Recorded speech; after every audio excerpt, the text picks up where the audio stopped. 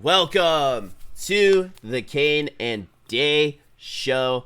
I am your host, Kane. This is Day.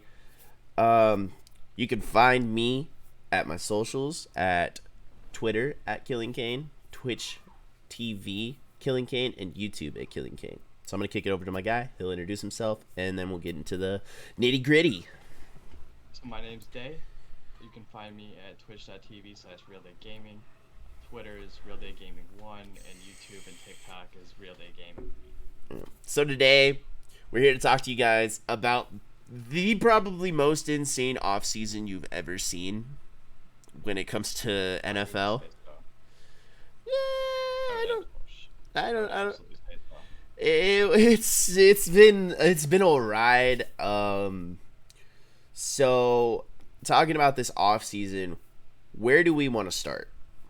I mean, we gotta start with the AFC West. Yeah. Just so much has happened. So been getting better.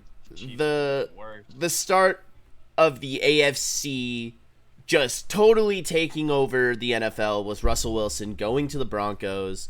Broncos signing a lot of pieces, kind of trying to get a good defense surrounding him, get a good offensive line surrounding him. They're trying to get a lot of pieces going. And then I believe next we had the Chargers going to pay, nickels for Khalil Mack and adding him to a D-line that has Joey Bosa. And then they went out and got J.C. Jackson, which is huge. Especially you're taking all of the pressure kind of off Derwin now, trying to keep him in a healthy year. Because let's be honest, if Derwin James is a healthy guy the entire year, the Chargers are scary. Their defense is gross because they still have playmakers. They've got great linebackers. They've got pretty decent, extraordinary corners now.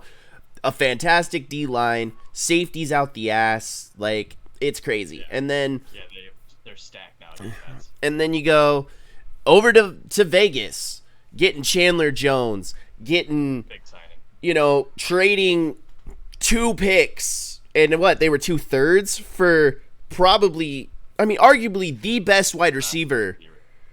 The best receiver in the NFL in Devonta Adams. I think if you're Derek Carr, that's so huge for him because you lost Henry Ruggs last year, with that incident. Yeah. But Henry Ruggs was nothing. Henry Ruggs was good. He was good. He was a great route runner, but he was an idiot. What he did was what he did. Well, that's not the point. Comparing the on-field actions only. Yeah. Devontae is so much better. Of course. Reliable, and I just think he's overall a better receiver than Henry, so they really upgraded there. I agree. They lost especially since now you have a team that has Devonta Adams, that's your number one. Hunter Renfrow, who had an amazing year last year. Old reliable. And on top of that, you have what's their tight end's name? Waller. Darren Waller. And you have Josh Jacobs. I'm pretty sure they still have Kenyon Drake. Nice little 1-2 combo there. Drake has been kind of coming up on running back boards. He's good. First year, again with the John Gruden stuff that they went through so much last year. This year, getting a clean slate, and especially an offensively minded head coach in Josh McDaniels. It's crazy. And then you have the Chiefs. What are the Chiefs doing? They've signed MVS. They signed Juju to make TikToks with Jackson Mahomes. Juju, I think he's going to have a better year with Patrick. Well, of course, because Patrick Mahomes can throw the ball. Ben Roethlisberger can't do shit. The problem he had in Pittsburgh was Chase Claypool was good, but he had some drops here and there, some stupid decisions, especially the one against Minnesota. That cost him the game. So they're just gonna double every time. Now with Kelsey, who's he's Kelsey. They're gonna give him the Megatron treatment. Yeah, you got McCall Hardman, and then you add MVS too, who's fast. He's fast. Yeah, he's shown with Rodgers he can be reliable too. So but I think Juju's gonna be better because they're not gonna just. My big thing with MVS is, can he catch a Patrick Mahomes fucking laser? Yes. Because I believe. Because Tyreek getting shipped out for 5 fucking picks, and on top of that, they got a lot back. And on top of that, Miami still has 2 first-rounders next year. Yeah, I think they won that, really. Oh, fuck but, yeah. I mean, well, I was listening. I was watching something, and one of the NFL analysts was like, I don't know why you would pay a wide receiver who's almost 30 that much money. And it's like, because he's... Twitter handle is just straight cheetah. He is still quick and still can catch the ball. Exactly. But you're looking at a Kansas City team now that really hasn't done anything in this offseason, which is wild. They lost a lot on defense. They've lost O-line guys. Why the rest of the AFC West is like, you know what? We want to fucking win. Yep. We have to do something to get better. And they went out and all 3 of them got better. And substantially better. And the Chiefs, in my opinion, are now a 3rd or 4th place team in the AFC West. And what's going to be a slugfest? I think it's be what the NFC West was last year, where 3 teams get in. Oh wait, they also signed Justin Reed, but Justin Reed's played on the Texans. So, I mean, he's good. Don't get me wrong. He's not Tyrann Mathieu, though. No, he's not. He's not Tyrann Mathieu, which Tyrann Mathieu is still out there, which is kind of insane. So, the AFC... By that when I was going through. Yeah, I saw a lot of guys that were still on there, and I'm like Melvin Gordon is a name. I'm like, I'm surprised Denver didn't bring him back. Because he was asking for too much. I don't know. I mean, I wouldn't think so, because you look at the days where he was, MVP Melvin Gordon. Like, those were some times in San Diego, but now, but then Austin Eckler proved that he's better. And, well, I wouldn't say that he's better. He just was smarter about carrying the ball. Big thing with Melvin Gordon is he tends to get hurt because he wants to run over people. And when you're a finesse back, because Melvin Gordon's not a truck, he's a finesse back trying to run people over, you end up getting hurt. So, I hope he goes back to the Broncos, gives Russ that extra cushion that he needs, because I think Melvin Gordon's still got things in the tank. And I think that if he were to go back to the Broncos, that makes them one of, it's so hard. It's going to be a slugfest. That's all it is. So I honestly think that the Raiders will edge out just because of Devonta Adams and all of the signings that they made. Because I think it's either them or the Chargers. I do. I can see a world where 3 teams make the playoffs just because of how good all of them are. I would have, yes, I agree. It's going to be a slugfest between those two, but we'll see with how Denver does in those slew of receivers and Russell Wilson magic. See how that plays out. But one of the most interesting things that I saw about this offseason for the Raiders specifically is they've signed about 10 high-profile guys.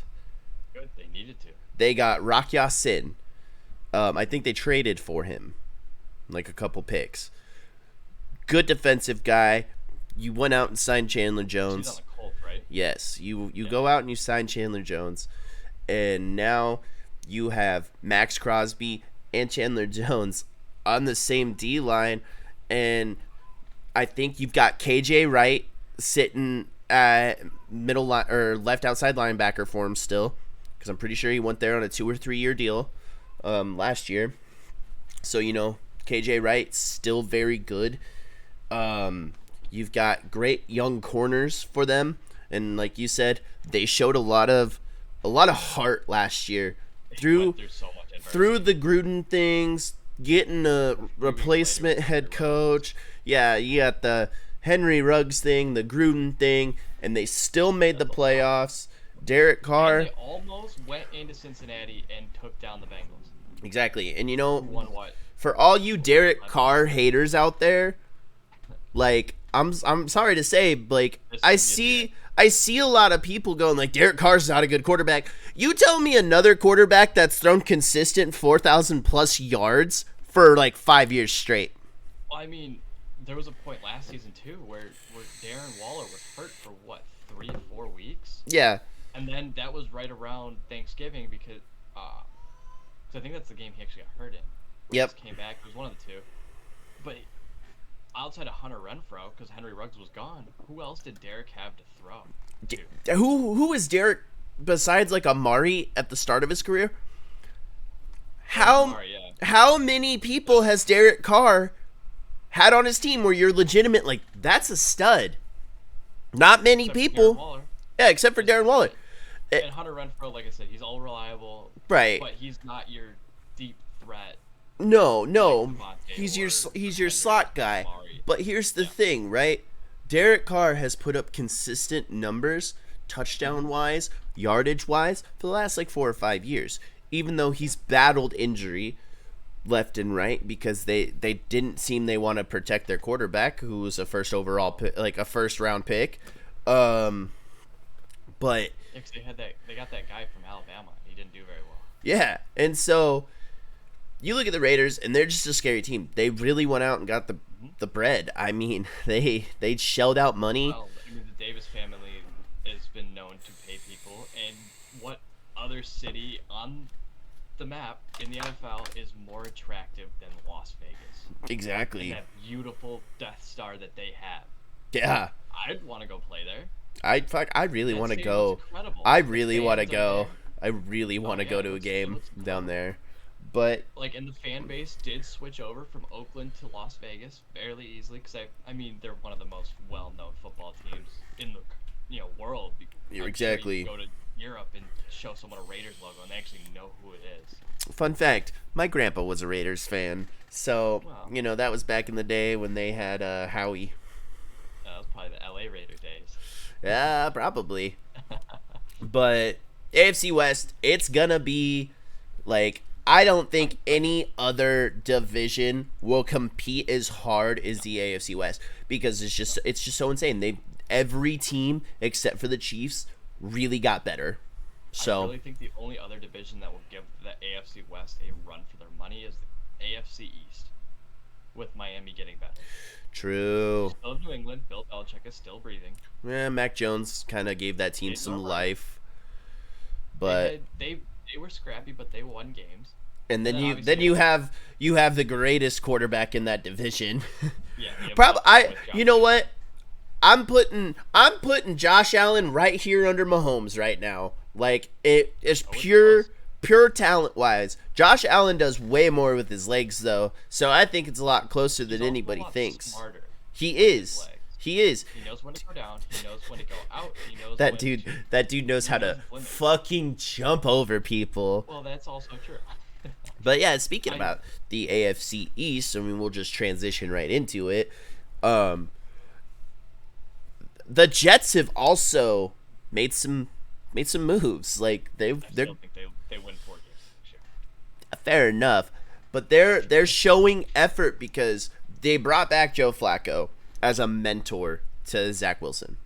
I think Zach Wilson sucks, but that's just me. I mean, he kind of one-hit wonder. He got the Carson Wentz treatment. I mean, let's be honest here.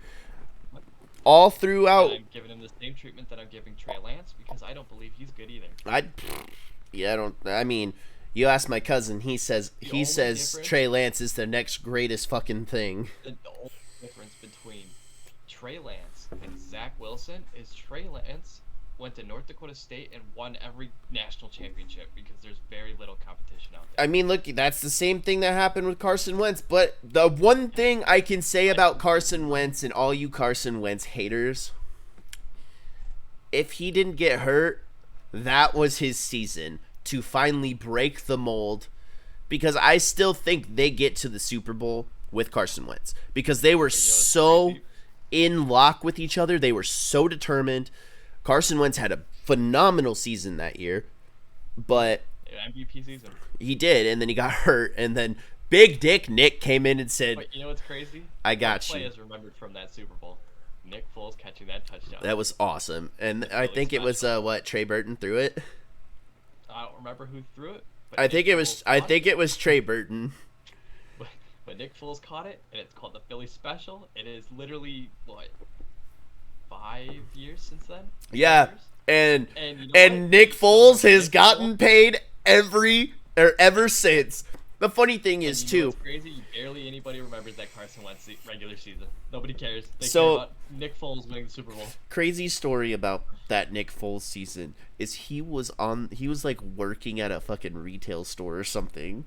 He was doing other things besides the NFL, and then like he went to Kansas because I think that was when they had Smith still, and then he backed up for Alex Smith, or it might have been like, I don't know. He went to Kansas City because Andy Reid called him and was like, "Hey, come out and play with us," and then they like let him go, and then he went to the Eagles and fucking became Big Dick Nick. But you know that this AFC East division is going to be intriguing because I do still think the Bills are the best team in that division. Especially I'm not questioning that. Especially adding Von Miller. Oh, of course. Like, yeah, I'm not doubting. I was the best, blindsided. Yeah, I was blindsided by Von Miller going to Buffalo because you're sitting there.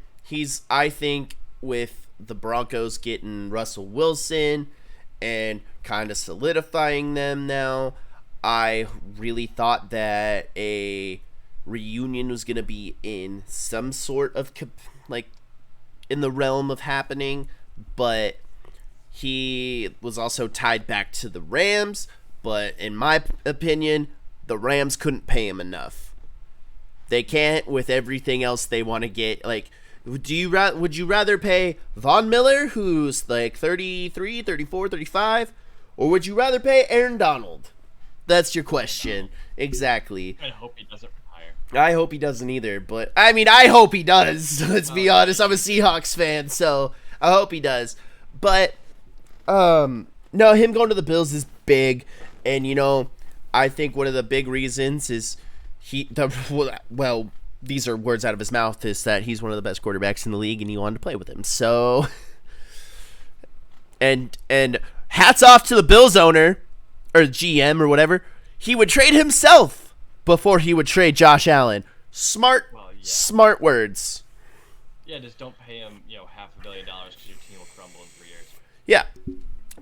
That's where the Chiefs went wrong. That's all I have to say. I mean, yeah, like you said about the Patriots, it's Bill Belichick.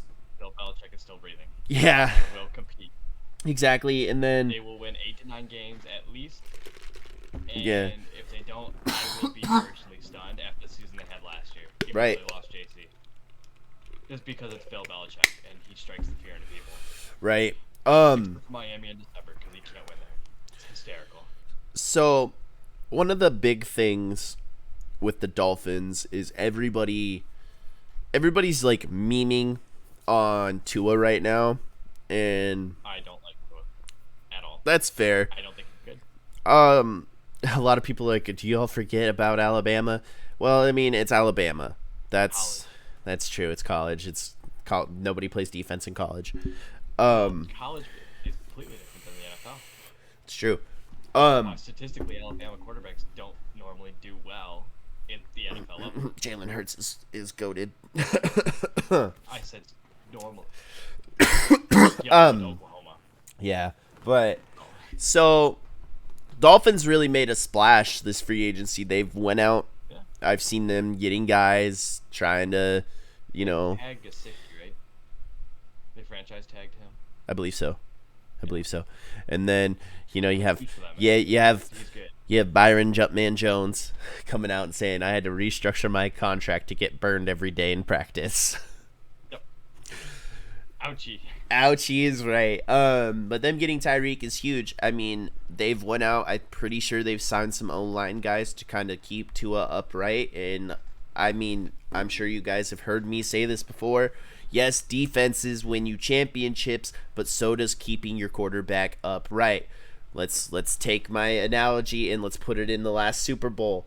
If the Joe Burrow had if the Bengals could hold the fucking pocket, it's a walk-off touchdown to Jamar Chase. So would have had a lot more money. Yeah. So it goes to show that you need to keep your quarterback upright because it gives you more time to figure out, like, you do some weird shit to try to score. And they added Chase Edmonds to their running back situation with Myles Gaskin, and Chase Edmonds are going to be the forefront of that running duo.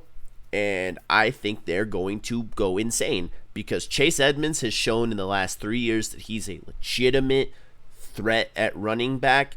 And how, and in Arizona, I'm very shocked they didn't try to bring him back.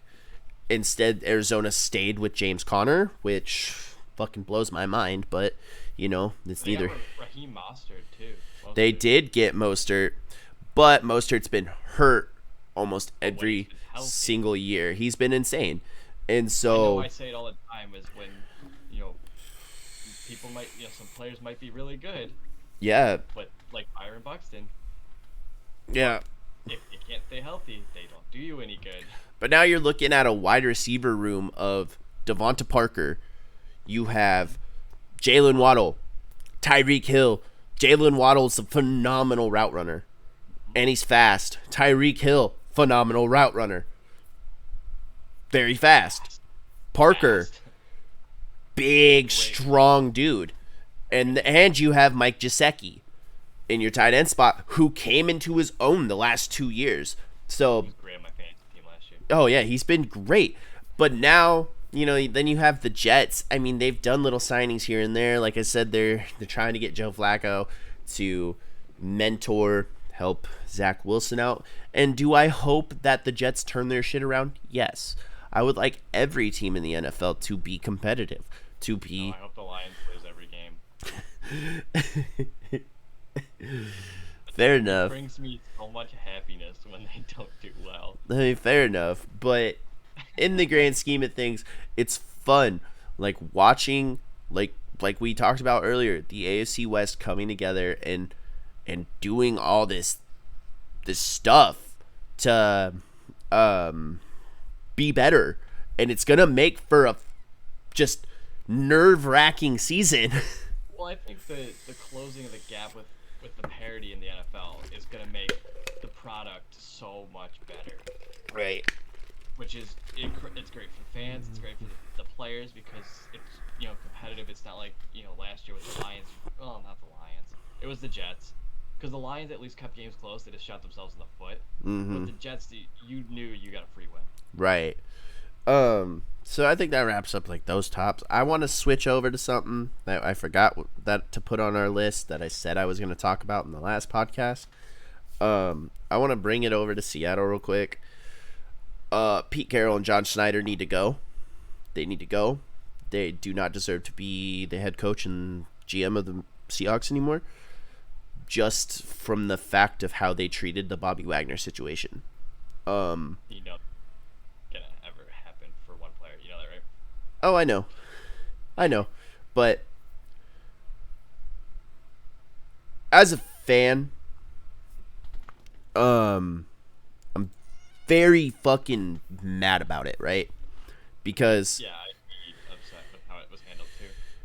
When you have even during the Legion of Boom, where Cam Chancellor was your captain of the entire defense, Bobby took that from him while he was still playing.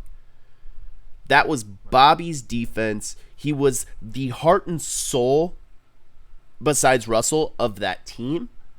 Yeah. And, in my opinion, if you're going to even think about releasing him, for his own good, instead of trading him, getting all of this, but, you need to call him as soon as you kind of make that decision behind closed doors. That should have been done better in-house. I agree. Because Bobby himself came out on Twitter and said, didn't even find out from the team. I found out through social media that I was getting released.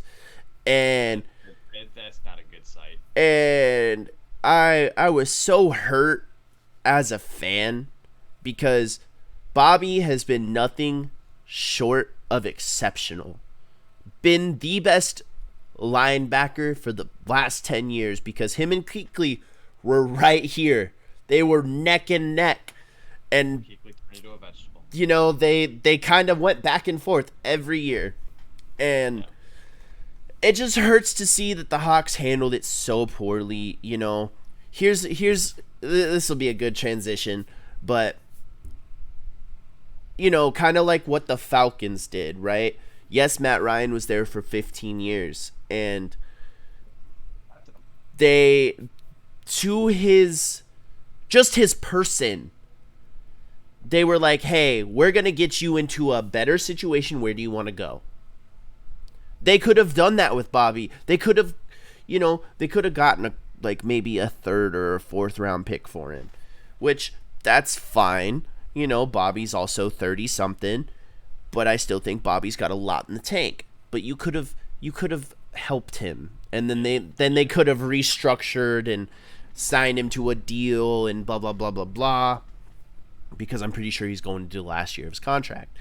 But they didn't do that, and they said, hey, we're just going to release you, have fun, go find somewhere else to be the best at. So, you know, it hurts me because now not only, and I know it was Russell Wilson's decision to do the trade, but you literally lost 2 future Hall of Famers on the same day. And it doesn't matter that they won a Super Bowl with you. They're going to go, like, when they eventually go into the Hall of Fame, they will not be going in as Seahawks. Yeah, and I think another thing is, like, with the Matt Ryan, like, I believe he said it in his press when they introduced him as a Colt, that, you know, he understands it is a business. Exactly. It was one of the best press conference I've seen by a player in a long time. He's a really good guy. At least he kept it super professional. Yeah, he did. That's why, like I said, he understood that the NFL is a business at the end of the day. Right. But even in a business, whether it's a small business, a major corporation, you know, Fortune 500, you handle things with with respect. And with what the Seahawks did with Bobby, there was none. Especially after everything he brought to the city and to the team, they handled that absolutely horribly. Yeah, and it hurts. Unlike the Falcons. The Falcons, the way they handled that with Matt, it even made it worse. The owner of the Falcons came out and said, you know what, we could have went and got a lot more. We had teams offering us more. But we wanted to put Matt in a good situation. I love him going. The mutual respect. I love him. He cared about Matt. Of course. Matt cared about the team. And I love him going to Indianapolis. I love it. Oh, it's a great spot for him. Especially if T.Y. I don't know if he's a free agent right now. He might be, but you're putting him behind one of the best O-linemen in Quentin Nelson. You've got Jonathan Taylor. You have a good squad around you, and it puts him in such a good spot. And I mean, they just got Yannick too, Ngakoue. That's who the trade was. It was Yannick Ngakoue for Rock Ya-Sin. That's right. I'm an idiot. That just came to you. It's a delayed W. Yeah. So, you know, why is this leaking? What the fuck? I feel like if Carson Wentz, who didn't play his best last year, almost led them to the playoffs because of Jonathan Taylor. Right. I think Matt Ryan can do it. Matt Ryan has experience. He's taken a team to the Super Bowl fully, not just to the playoffs. I think he can take the Colts to that next step. See, one of the things that, like, I feel bad about Wentz is I don't think they were fully sold on him when they traded for him. He was just available. Well, reason why in the trade they weren't going to send a higher draft pick unless he played 70% of the snaps. Mm-hmm. Which I believe he played 98. Yeah. Maybe a handful of snaps. It was like he got like the wind knocked out of him. It stepped out for 2 plays and went right back in. Yeah. I just feel bad because, like, it's... When you're a high draft pick, you get this pressure put on you, right? Mm-hmm. To perform phenomenally. And when Carson was starting out in the league in Philly, he played very well. He was smart. He, didn't take risks. And now that he's kind of getting older, he's like, well, I got to take risks now. Kind of turning into that Andrew Luck sort of type where it's like, if I don't take the risk, I mean, we're going to lose. And then, Andrew Luck throws a lot of picks, gets hurt, and Bob's your uncle. The Colts was they were one of those teams that once they got the lead, they probably won the game because Jonathan Taylor will just run the clock out. Yeah. It's the second quarter, third quarter, first quarter, doesn't matter. But when they were behind and it was on Carson's shoulders, he started to make poor decisions. Yeah. He made poor decisions by forcing passes he shouldn't have, and he'd blow the game. And it's I just... think that's where Matt Ryan can make that next step. Right. It's a shame because, I do think Carson Wentz can be decent. But now he's on the Commanders, and we'll kind of see how that goes. I also think the Commanders... Terry. That's true, but, I mean, how good has Terry been the last couple of years? He had Taylor Heineke throwing no football. I liked Heineke, though, because that fucking playoff game against Tampa was electric. Electric. I don't think he was horrible. I liked his attitude. You could tell he played with heart, and he was what the team. He's what the team needed, and hopefully, like, Carson Wentz kind of looks at him because I think it's gonna be a battle in the QB room. I hope it's a battle. It would give me some excitement. Yeah, and so we'll see how that turns out. But Matt Ryan should take that Colts team to the next level, maybe. I think so. It's kind of it. Well, I don't think Super Bowl's totally within their reach yet. I think they're probably like one piece away on defense for that. But I mean, if he does what Peyton did with the Broncos, like, there is a high chance that they might sneak out a Super Bowl win. Right, and I'm not saying Matt Ryan is as good as Peyton Manning. No, is top, top 5. Yeah, and but one of my things is like we've said, they got put in a really good situation, and the Colts just need to capitalize on it. And it's such a weird league. It's such a weird league. Week 1 is going to be so weird seeing all these different names that are household names that are in different jerseys. Right, and when we get to the biggest topic today, I've got a lot to say about it because it has me furious. And you know what it is. But no, it's not on the list, but it's part of the list when we go to the AFC North. Oh, yeah. Yeah, but no, Matt Ryan should help that team out. Like, Matt Ryan has just been in such a bad situation, losing Julio. You got Kyle Pitts, who had a great year. You lost Ridley. Ridley's out for another year. He sat out November 1st, right? First week of November? He sat out very close to the start of the season. Was it closer to the start? It was like 3 or 4 games in. I'm pretty sure because I had him on my fantasy team, and then he was gone. Yeah. And I was like, great. There goes my fucking chance this year. Kyle Pitts is an incredible tight end. He was a Pro Bowler rookie year. Yeah, it's crazy. But I think we should switch to probably the biggest news that happened last week. And that's and that's Deshawn Watson getting traded to the Browns. the whole situation kind of makes me mad. It really does. Because I know there's a lot of Baker haters out there. Hello. Yeah, he's one. Myself, he's probably on the top of my list of quarterbacks I hate the most, right up there with Kyler. That's fine. I mean, don't get me wrong. I don't like Kyler either. He's a little Kyler baby. He's a I little will baby. stand by that until the day he retires. Yeah. So I get it. You drafted Baker for the purpose of putting your team to the next level.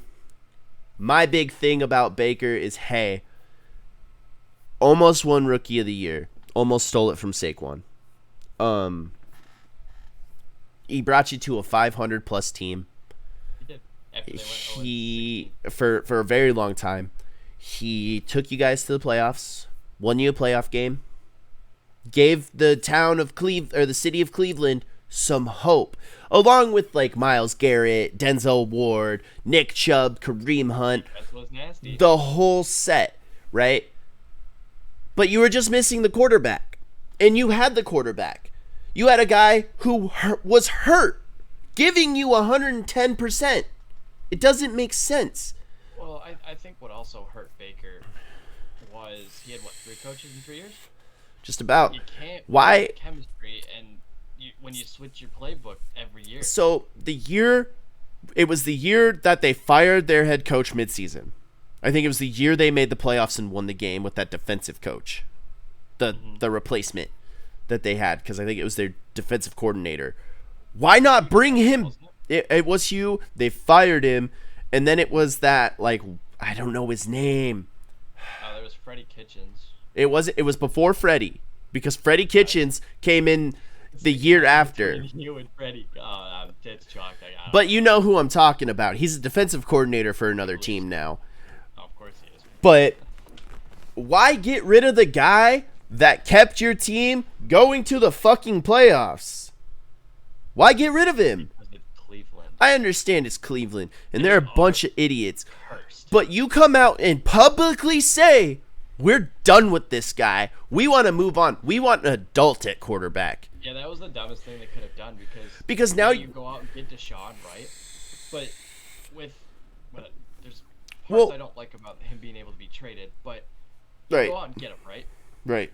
And you need to keep that you don't want Baker anymore as your starter in-house. It has to stay in-house because now they have no leverage at all. They want a first round. Right? They want a first round pick for Baker, and they threw that out the window when they publicly said they were done. Because guess what? Deshaun Watson told them, "Hey, you're not in the running anymore." Right? He came out and said it. Or I saw reports saying that Cleveland wasn't in the picture anymore. And then it happened. But then, they said that they were done.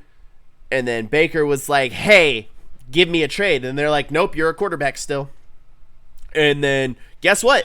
He doesn't want to fucking play for you guys anymore because you just fucking tarnished his name. Like, you publicly humiliated him. Yeah, they lost all type of leverage that they had to trade him because no matter what they get now, it's not going to be what it should have been before they said that he's not their QB1. The highest is going to be like a second round pick. And you're only going to get one, and you're probably going to get a third or a fourth for him. So you dug your grave, fucking lie in it. You gave up 3 first-round picks for fucking Deshaun Watson, who's most likely not even going to play this year, which is fine.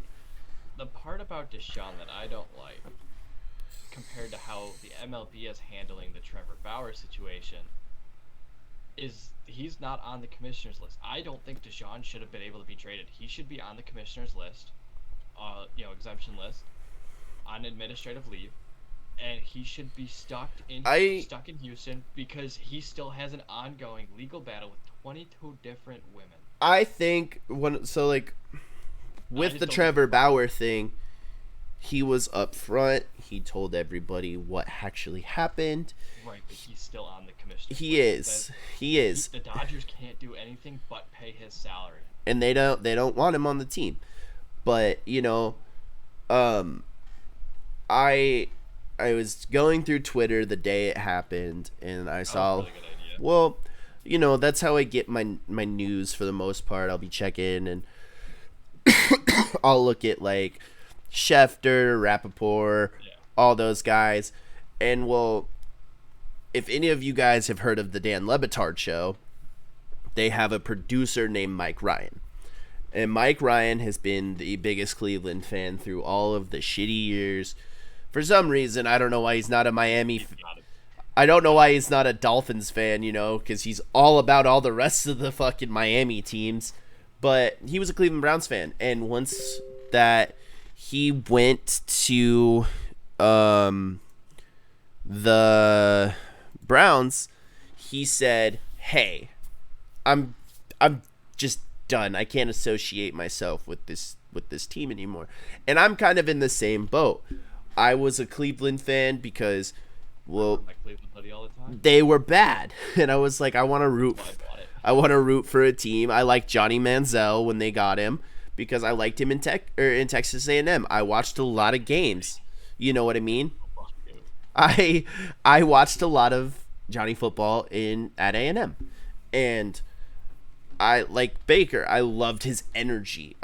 But once he got to the NFL, he made a lot of poor decisions. But then they went and got Baker. And Baker, I just loved that he was cocky. I loved that his energy that he brought to the team because it was a different level than what they were used to. They were used to guys just getting down on themselves, but Baker never did that.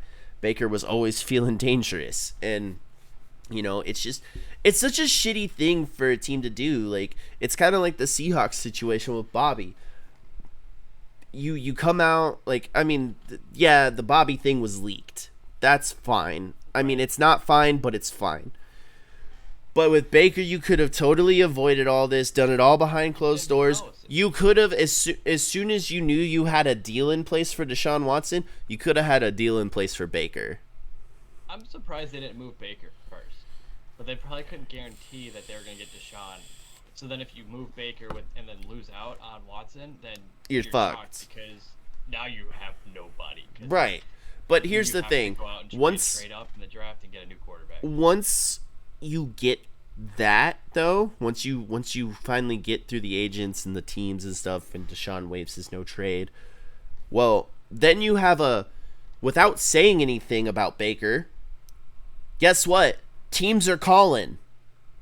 Teams are gonna be calling, and they're gonna offer you what you want because guess what?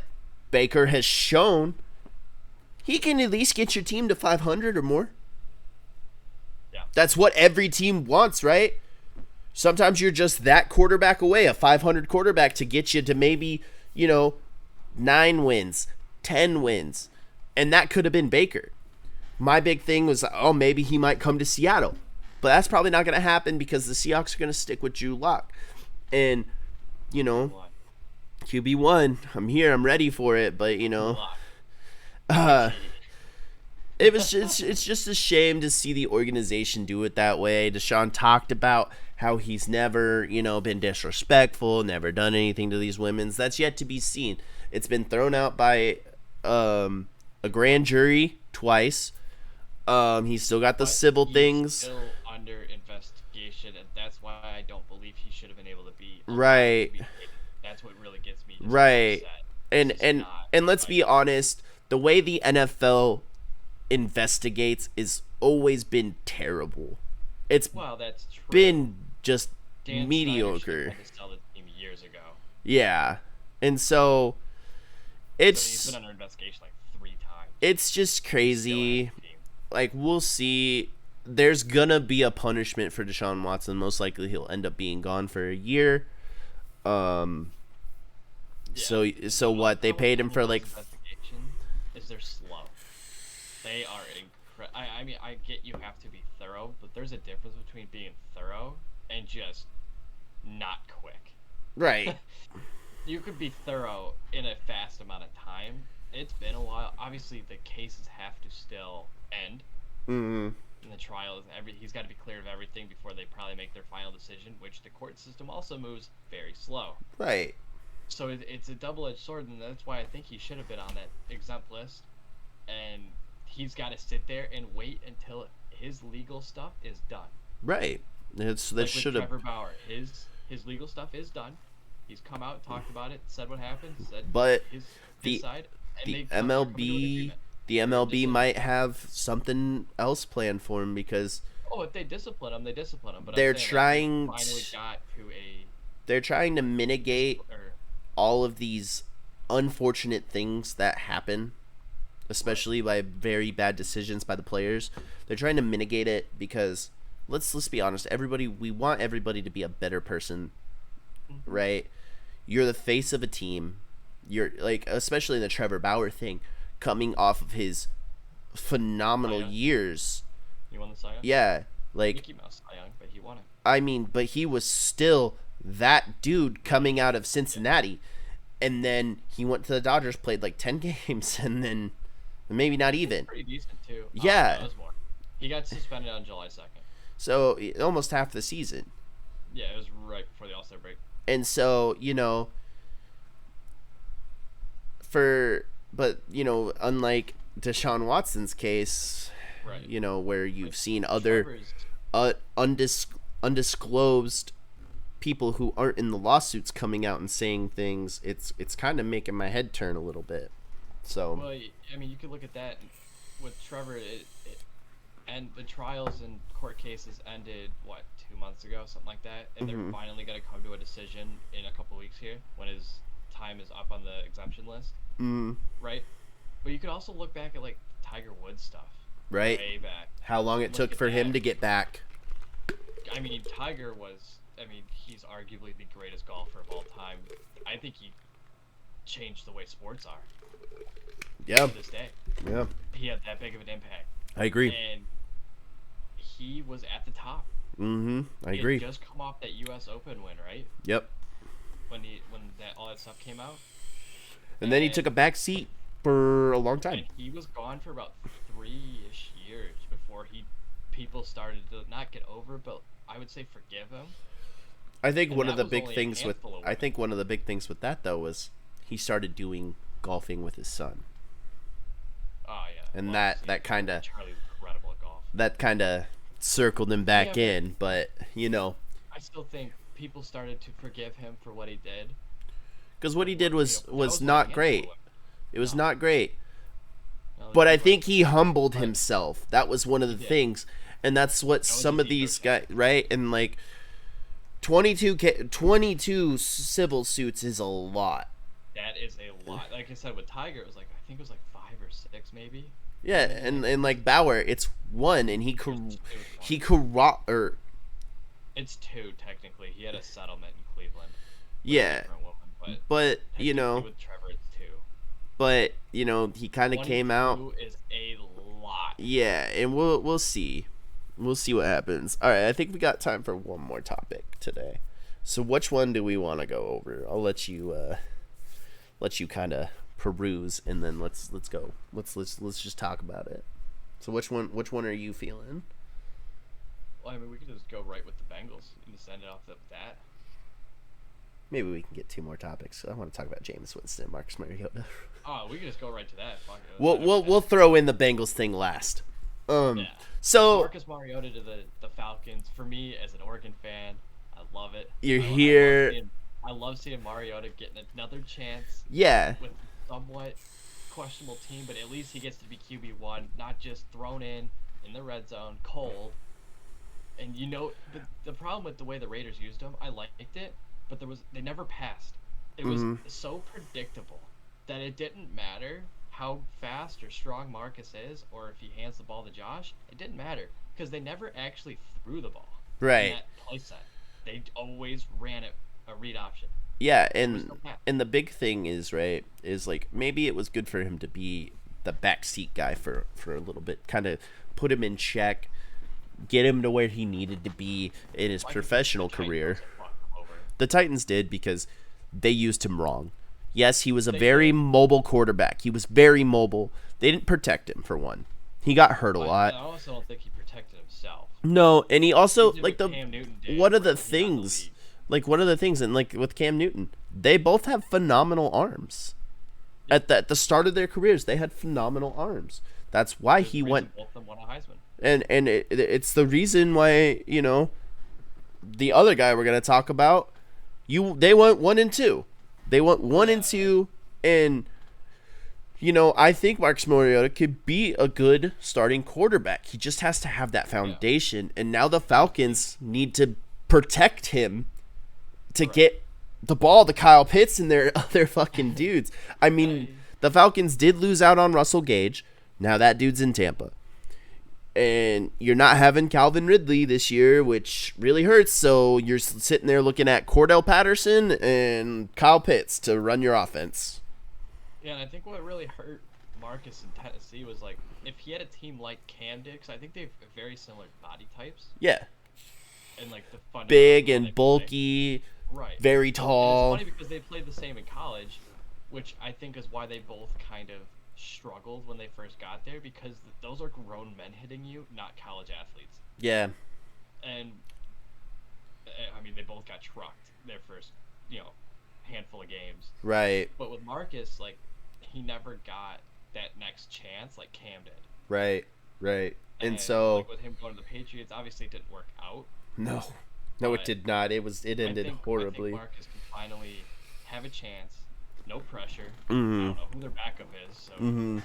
One of the big things. That's a good start. One of the big things I'm excited about him being in Atlanta now is you have Jameis Winston going back to the Saints, and now everybody was hyped when they were both drafted because it's like, these two guys are going to change the league. Mind you, played each other week 1. It was hysterical. Right, and then but now you're gonna have two dudes that went back to back in the draft finally go head to head 2 times a year, maybe even 3. Who knows?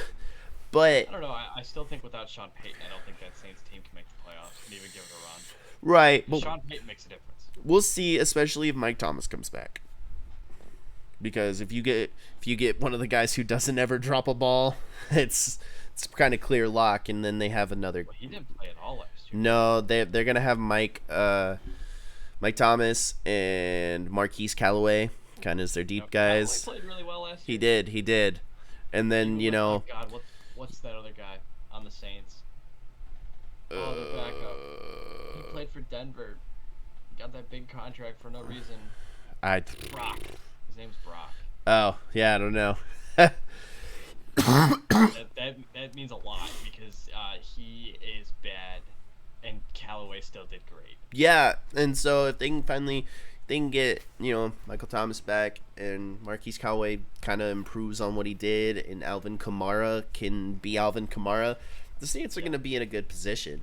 And it's just going to be fun. Kamara a chance. Yeah. Last year, with Michael Thomas out, Jameis with his torn ACL, I just don't. They were forcing it. Exactly, and Once so they get to that spot where obviously Jameis is not Drew Brees. No, but so that's I think what helped Kamara. But I think as long as they don't force feed him and just let him play his game, he'll play to the level we all know he can.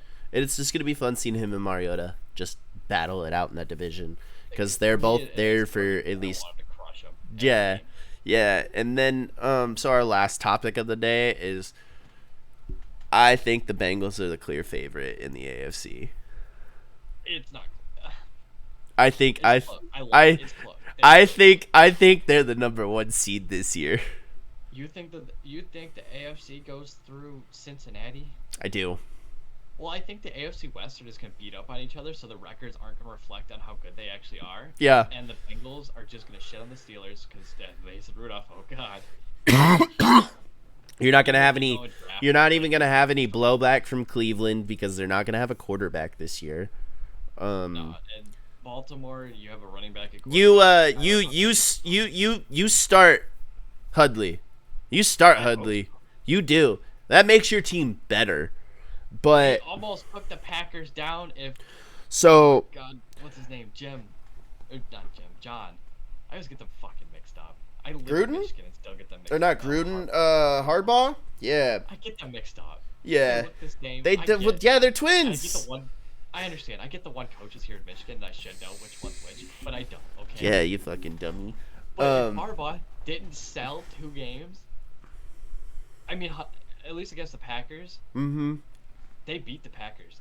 With the way that game was going, I get why he went for 2. I get it. He's aggressive. He's been historically aggressive in that scenario. But Huntley beat the Packers in my heart. Yeah. Beat the Packers this year here's my reasoning on why I think that the Bengals will run the AFC is because two things. Two things. Well, there's that. But we talked about it earlier. Keep your quarterback upright. You're going to win.